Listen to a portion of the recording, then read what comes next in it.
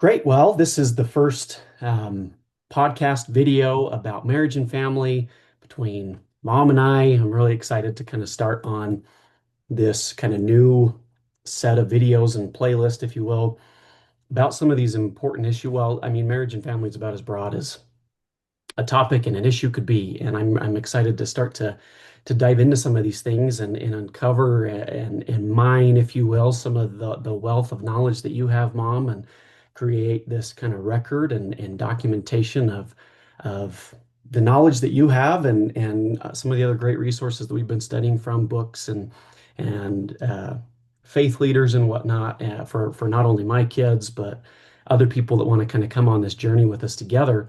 And so kind of as an introduction to why it is that we're doing this, before we kind of get into why, I'd love it, Mom, if you would kind of take a minute or two and just kind of describe your background in marriage and family and why it's important to you and simply well, and I guess I'll address for myself. I'm no expert. I don't have a wealth of knowledge to kind of share about these issues. In fact, I'm going to be sitting here taking notes, and I hope that anybody who watches this at a later date also kind of takes that invitation to take some notes and try to find the applications for themselves so that they can, we can stabilize and build some strength around the institution that is marriage and family and whatnot. So I'd love for you to kind of just share with us quickly about kind of your background on the subject. Thank you. I'm excited about this venture that you guys have started. When you talked to me about it, I felt a sense of rightness because I think we live in a day and a time when we can capture these kinds of things in a really meaningful way for future generations and, kind of share some of the things that um, get lost as generations tend to pass. I guess for me, um, when I reflect back on my life, I am no expert other than I have raised four children. And I tell people all the time they are my greatest life's work. I wouldn't do anything different when it comes to choosing to be a mother. When I was young, I didn't understand the importance of that. And I think that's a huge concern I think we're going to get into in future conversations about just kind of the women's rights movement and things like that, and how that kind of upset the apple cart, if you will, regarding the value that we place on motherhood and womanhood and marriage and fatherhood and husbandhood as well. Um, so for me, getting into marriage, I didn't think that much about it. I didn't consider how important it was. And so as I found out I was pregnant at 21 years old, knowing I was going to have my first child, I started to read. And the only thing that makes me interesting as far as what I know is that I am crazy curious. I am a lifelong learner. I am ridiculously curious. And so I love to explore and learn and read and listen and go and you know absorb from other people who are true experts, and that can fit into anything. And then I know through the Holy Ghost he witnesses to me what truth is as I hear those things come into my life, and a lot is not truth and there is some that is. And so I feel like I've been blessed. It's I know I've been blessed with the gift of discernment in that way. So I decided a few years ago when Luke decided to graduate from high school early that I didn't know who I wanted to be when I grew up. So I might as well go back to school. And so I did that with a focus in marriage and family theory, which the study of theory is, kind of white people do things. So it's not a functional degree. I could do a couple things with it, but mostly there was an intention at some point to do a graduate degree. Um, right now, I'm focused on being a grandma. So that's kind of where I'm at. And And I love that we have this focus now to kind of start collaborating as a family against what I believe are literally the forces of Satan to create counterfeit and confusion everywhere. Yeah, yeah. So I guess kind of diving into that a little bit more, thank you for kind of giving me some of that background. You bring up the topic of well, one, faith as a whole, right, and religion, which I think is foundational to this whole topic. Of course, people can argue a very you could argue marriage and family from a lot of different perspectives, but I think a lot of what we're coming from is definitely from a faith background, from a religious standpoint, um, being avid members of the Church of Jesus Christ, Latter-day Saints, and Christians and whatnot. But kind of, I guess, so in tandem with that, why is it, or expound upon your thought there of why is it so important that we start to have some of these conversations? You mentioned, your grandma, right? But all three of my siblings are now going to be having kids, and we're excited to contribute to that again someday. But what why is it so important that we start having these discussions, and not only necessarily for us to have them within our own family as Hughleys, but potentially for other people, just kind of in a broad sense? Why is it important we have these discussions? I think it's important to discuss the why of things because we just assume we know or think we understand the other person that we're talking to. So I I'm in the community a lot with I teach children of all ages, I teach women of all ages. The common theme that I come back to in literally almost every conversation that I have with clients is their family. And whether that's they're going on vacation with their family or they're avoiding their family or they're getting together with their family or whatever those things are. And so family isn't just something that, it's not just this nice little thing. It's there's a lot tied into family, and there's a symbolic reason that it exists in our world today, and then there's a literal function for it. So we've kind of gotten away from the literal function of it. I mean, countries were married together, they formed alliances, there was cooperation, they were destroyed because of um, not keeping a covenant of marriage. And so for us to not consider it for power and unifying factor that it has is simple. We're too simple in the way we think nowadays, because it to us it's just a literal, okay, I'm going to sign this piece of paper and I can get rid of it whenever I want, right? So for us it matters a lot. And so to have these conversations together means that as a family, thing we're actually talking about, we kind of come together and create a unifying, I want to say essence, but it's really kind of a tie. And so we agree on language, we agree on what something means and how we apply it and how we take future generations forward. Um, and that has really serious consequences, especially when we're talking about in our faith, a marriage means a covenant. And that is, in our belief, why God deems marriage between a man and a woman is so that they can then have a family who then they teach the covenants of God to in perpetuity, right? Like Yeah. for the future. So my goal for my children is that they teach my grandchildren and my grandchildren teach their children and grandchildren these things about our heavenly parents, our heavenly home, and our Savior Jesus Christ.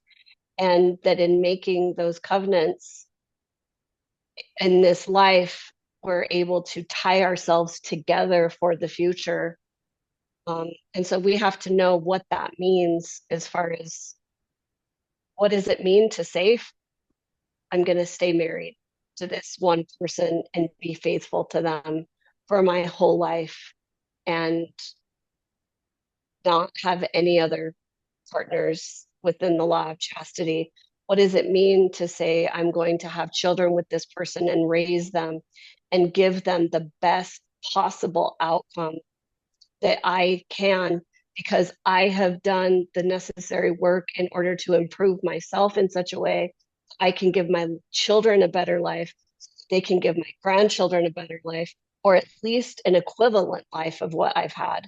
Right. And so we those are the reasons why we have to talk about these things. Otherwise, outside of us is just chaos. It's absolute confusion in the world that we live in.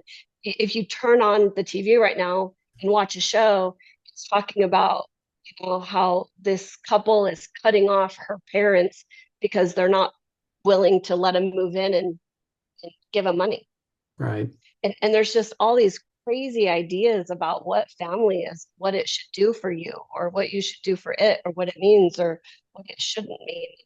So you and my children and my husband, we all have to kind of get together and get really tight on kind of this, vision of what we want our lives to look like. And if there's disagreement, let's talk about it. Right. Yep. But we don't know. We don't know yet because we haven't had conversations yet. And I think that's, I guess, if you will, a pillar of kind of why we're doing this is so that we can start to create the dialogue around some of these issues. I, I don't necessarily think I feel passionately, but I feel strongly that I want to educate myself more on not only marriage and family, but other political, social, philosophical issues that are going on. Christian and I had brought up a point the other day, and he had brought it up to me many times, and it's something that you just kind of recalled that to me as we start talking about, I guess, more family-based things of, we can't afford not to. I get confused. Parker and I don't really, we try not to be on social media. I don't have social media outside of this now. This is my social media, is this podcast. But, um, it is so confusing to look to even try and articulate why it seems as if Satan is attacking marriage. But even just saying that doesn't even make a lot of sense. It's like, well, I think he is, but I couldn't articulate how I know that it's happening this way. And politics are saying one thing, and social kind of culture is saying one thing, but it's contrary to what I know to be true, but I can't say and articulate with, in a meaningful manner, in a meaningful way, how I know that's the case. And so I'm really looking forward to getting into a lot of these things because you kind of addressed it, but also opening the door for, I think, people that maybe feel similar to me, that are confused about it, that are, I guess, have the blinders on a little bit, or feel like they need to, there's a veil there, but they don't know how to lift it to start to uncover the mysteries behind some of these things. And I would need, maybe that's the wrong way to say that, maybe that's the poetic way of saying it, but there's so much nuance to a lot of how people avoid these topics that I'm really interested in kind of diving into it in greater depth. um and we're Well, just go ahead. and let me just say one thing. So I really like how you're saying, I don't know, right? Essentially. And so Right. one of the ways that I look at something, and I'm not answering your question as much as I'm just telling you, I feel the same. And I had to be very thoughtful about the framework that I was looking at the world because honestly, it was making me scared. Um, in our historical times, right? We just had Charlie Kirk assassinated a month ago. Right. And it was devastating to watch. For me, he's just a kid. He's like he could be my kid. Right. Um, and to watch the devastation of someone murdered so brutally, so publicly, is really upsetting. And the thing that I had to sit with for a few days was that's what evil feels like. And we witnessed it. And evil has always existed, right? We've had presidents assassinated. Joseph Smith was assassinated. We've had Satan rise up and do the things that he does. But what you said, right? Like you said you're interested in the political side of some of these issues that are going on and how it relates to marriage and family, all of this. And for me, I look at every political issue we have through the lens of marriage. I'll give you an example: slavery. Why are people upset about slavery? Well, there's this obvious indoctrination that they've had ideologically about how they're victims. But but when you look at a different angle, just for example, well, if people were taken away from a country, right, and they did it in order to be used and really mistreated and then ultimately die or be killed, and to say that they lost a part of their legacy that they don't know anymore, that's really sad. That's really tragic. And then through the generations, they look at people and go, that person in front of me has generational wealth because of their family, and I don't have that because I was raised in poverty. Well, you can understand that's sad, and those are all emotional things. And so part of what you and Christian were talking about is pulling some of that emotion out of the politics and looking at the legitimacy of the arguments, if you will, right Right. or wrong, or Right. you know principled or not principled. But there is always an emotional component, and when you're talking about a family, almost every single political issue we're talking about deals with families. Yeah. Transgender issue, it's about family, Right. right? When we talk about abuse, it's about family. Every single thing you can look through the marriage and family lens. And you can, and so I challenge anyone who listens to do that for just a second and Yeah. just, make that a little bit personal and understand from that point of view how you would feel or what you would think if you looked at it from a marriage and family lens, and then look at how it impacts, look at the fruit of it. And so, does the transgender movement bear good fruit? Does slavery bear good fruit? Did it? It depends, right? And so you kind of have to look at it, and that's what marriage and family theories does, is it takes different family lenses.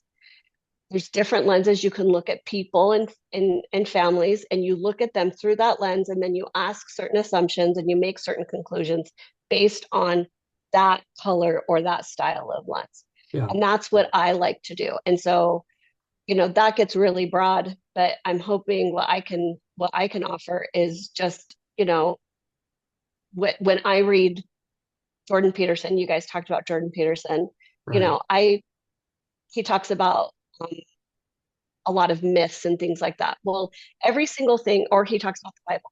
The Bible is a story about families. Roman mythology is about a family. Right. Greek mythology is about a family. Yeah. Everything, right? So anything that has meaning, most of the ancient stories, Sleeping Beauty, it's about a family. Totally. And so you have to understand, if you can really look at things that we deal with and that we are in this cycle of a family. If you believe in God the Father and who Jesus Christ is and who Satan is and all the relevant players, it's still a family fight. That's still what we're dealing with. Totally. And so thinking about anything that breaks up this family, what is that good for the family? Is that good for the story, or is that bad for the story? And that's how it affects us. And then we have to narrow it down, right? We have to take it down to this practical application of how do we teach and train and love and grow and raise our children to understand this broader world that we live in, so they can go through life with as much peace as they can find or we can give, and as Right. much knowledge to keep them strong and prepared. And that was something you and Christian kind of talked about, stuck out, is what the purpose of what this is. And it's to get education in order. Christian made the point that we're going to fight. This is the time right now when you are all mentally and emotionally and spiritually polishing the armor, understanding how the weapons work, so you can go into the fight. This is the time to prepare. That is what the ultimate conclusion of what this thing is you're doing is to prepare our family for what's to come. Yeah. That's how I see it. Yeah. And I kind of coming off of this, you reminded me as you were kind of talking about this, something you say often. I remember when you first started saying it a few years ago, it was kind of, I don't know, maybe I overlooked it, maybe I didn't fully, I'm still trying to understand it, but you say, don't look away. And I remember the first time you said it to me really was when that Angel Studios put out the movie Sound of Freedom, and Parker and I had gone to see it, and I remember I was shook. I was like, Sick. this is, yes, and it was so, but it wasn't something that, it didn't scare me. It didn't intimidate me by any means. It wasn't necessarily negative in the sense of, um, I was fearful of things that are happening in this world. It was more, no, I haven't done enough, right? To that other point of, I can't afford not to, but this point that you make of don't look away, and everything that you were just saying is, I guess, and maybe to kind of tee it off so that you can kind of expound on that, I would like to hear kind of more your thoughts on why you say that so much. But um, you say this, and almost always it has to do with uncomfortable subjects. The Sound of Freedom was sex slavery. When it comes to slavery, as you just mentioned, when it comes to pornography and drugs, and the what, I don't know exactly how to say it, the marriage as a whole and how society's trying to tear it apart, right? Like everything that seems to be uncomfortable that people avoid and they want to band-aid it with, well, just love people, right? The LGBTQ plus community movement, all of that. People just want to say, well, have compassion, love people.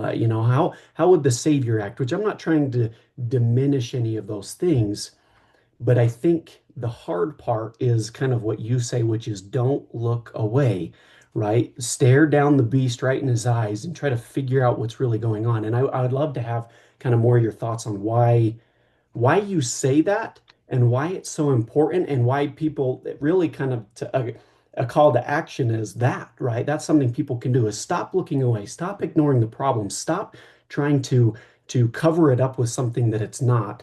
Take the beast, take the bull by the horns and ride a little bit, but please go into that a little bit more, Mom.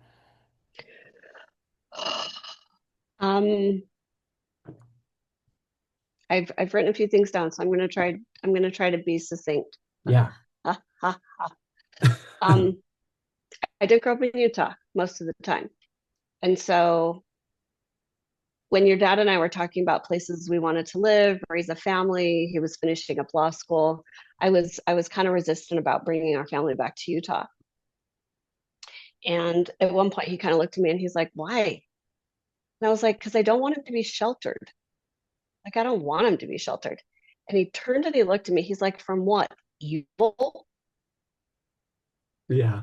Because everything you're telling me, I don't want my kids exposed to that. And it was kind of like a little thunk to the face, right? And he's right. I grew up at a time when I mean most of my friends were members of the church, very few. Right. And I graduated in Northern California, and most of my friends used drugs daily. They were definitely not following the law of chastity.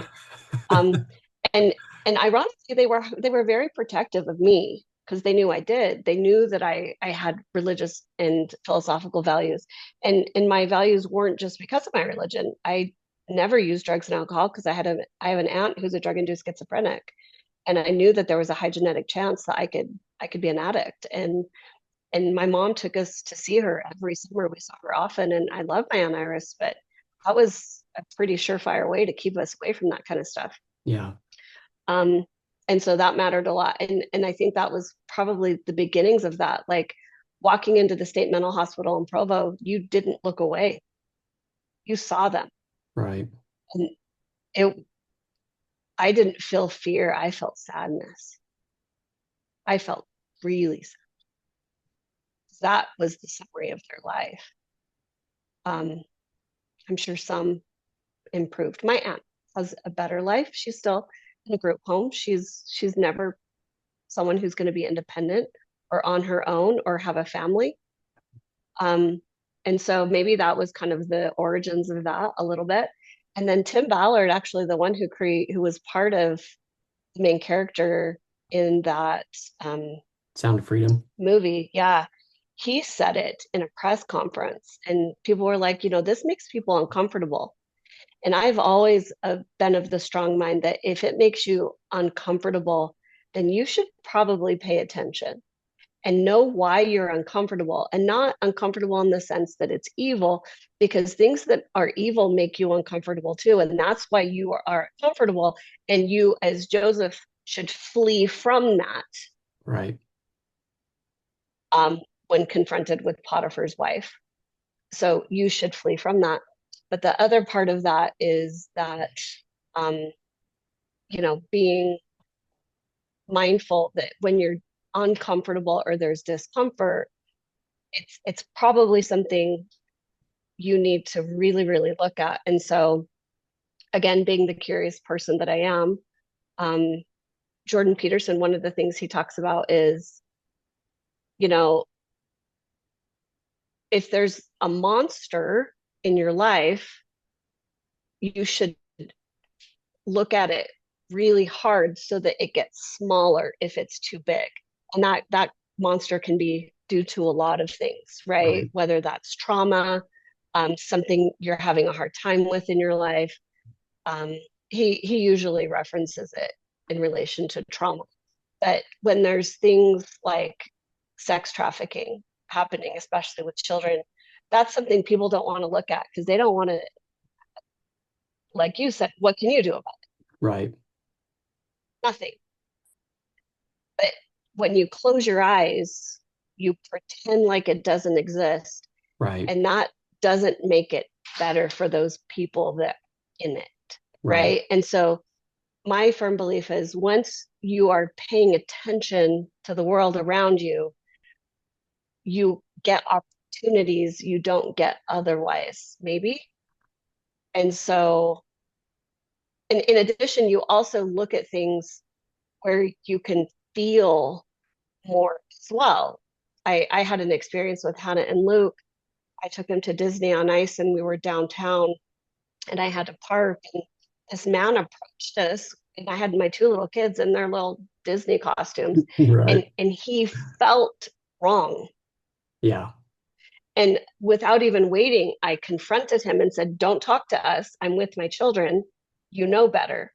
Right. And so when you have knowledge that the world isn't a safe place, it's made safe, usually by men, good or bad, right?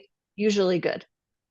And the world is a place that you should really understand where you're at. So if I go to Afghanistan, I need to behave a certain way.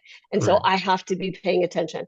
The idea of don't close your eyes, don't look away is open your eyes and pay attention and look around you and see. And that means if you see something, you have to see something maybe bad. Like you get to see people suffering. We went to South Africa and I looked at these people and they don't see their kids 11 months out of the year. That's, I can't imagine. Right. That's suffering. And why are they doing that? Because they're trying to earn enough money to send them to school, to buy them clothes, so that their parents, the grandparents can raise them. And that's just a generational cultural thing that they do. We can't even imagine what it's like to live like that, right? And so you can't look away because then you don't understand other people's suffering.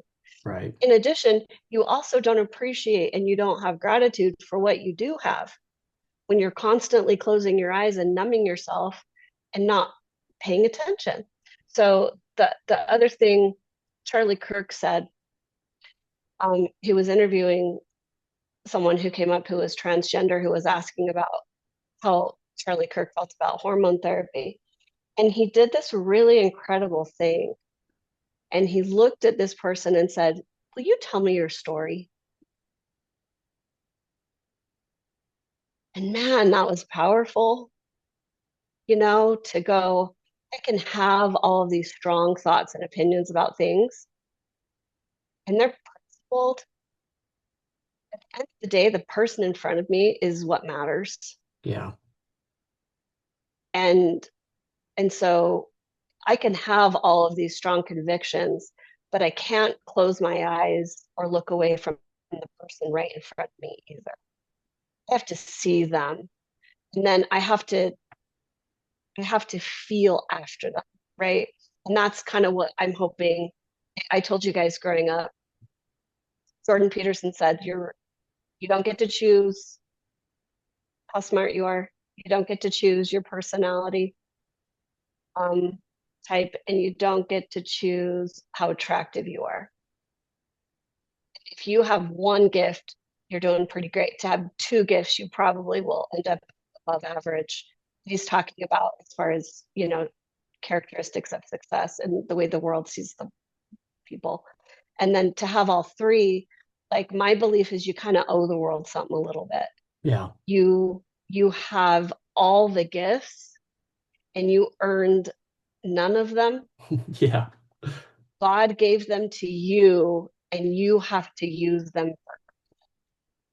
That is what I think real freedom is taking those gifts that were given and using them to do good in the world in the time that we have. And that's why, you know, the people that I listen to, that's what I look for. That's kind of my litmus test. The fruits of their labors, are they trying to make the world a better place? Yeah. So for me, that's kind of the answer. Like, don't look away because you can't make the world a better place if you're not paying attention. And you can't feel what you need to feel to move you in that right direction. Yeah. With the gift of the Holy Ghost, I think that's kind of the fourth thing. Yeah. I don't know why I was given the opportunity to have that kind of light and knowledge in my life, but I'm really grateful for that. Yeah. I'm grateful to have such a wise mama, that's for sure. Unfortunately, we're it goes by so fast. We're already kind of at time, but I really I hope to, we've got a handful of other things that I know we kind of wanted to cover, and I look forward to kind of delving into a lot of these things at a later date as we kind of start to maybe branch off a little bit and maybe do a little bit more focused on some family stuff, on marriage as a whole, man and woman and responsibilities, all those kind of things that are encompassed, and then also parenting. And I know that's kind of something you've been feeling really strongly about, is to kind of get into the parenting stuff and hope that in the next week or two, we can really start to dive into some great books that you've read, and the wealth of knowledge that you have on those topics. But I mean, I guess we this was the don't look away was kind of an invitation, but I guess in kind of closing that minute or two, is there anything that you would encourage anyone watching this to start doing for themselves, or any action that they could take in applications for themselves in their life over the next little bit, that they should really start to focus on as they desire to learn about marriage and family, as they desire to make some changes and grow in their knowledge, and even develop different habits and such? Is there anything you would encourage people to do kind of in closing? Um, One of the things that comes up a lot in parenting is the idea of influence. Um, and under the idea of influence is that, and we say it in behavioral theory a lot, like behavior is a language. And so I think one of the most important things we should all do individually often is pay attention to our behavior and what we're telling people without realizing what we're telling them. And as a parent, you're always teaching your children, even when they're infants, even when they're little. You're they're responding to your facial gestures. They're responding to you reach out for them or you turn away from them. It's called attachment theory. And that's something that happens a lot even in relationships and marriage, right? That's why it's so applicable. If you walk into a room and your spouse doesn't look at you, that tells you something. Yeah. And you're feeling for that. And that's influence that you have. And so I would encourage my children and my grandchildren to consider the amount of influence they have and the way that they're using their influence for good, hopefully, and to improve in their quality of influence.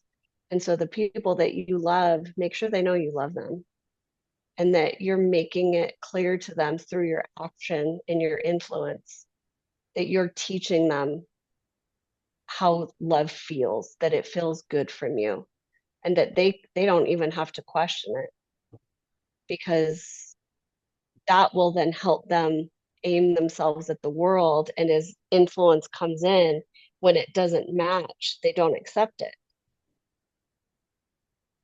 Right. And so that's my most important bit is just how much influence we have and to pay attention to how we're putting that into the world that we're living. Yeah. No, thank you. That's great. I look forward to next week. I look forward to doing this again next week and Okay. kind of expounding on some of these things. Appreciate your time, Mom. I love you. I look forward Love you too. to doing this again. But It's fun. Thanks for un taking this until next and week. running.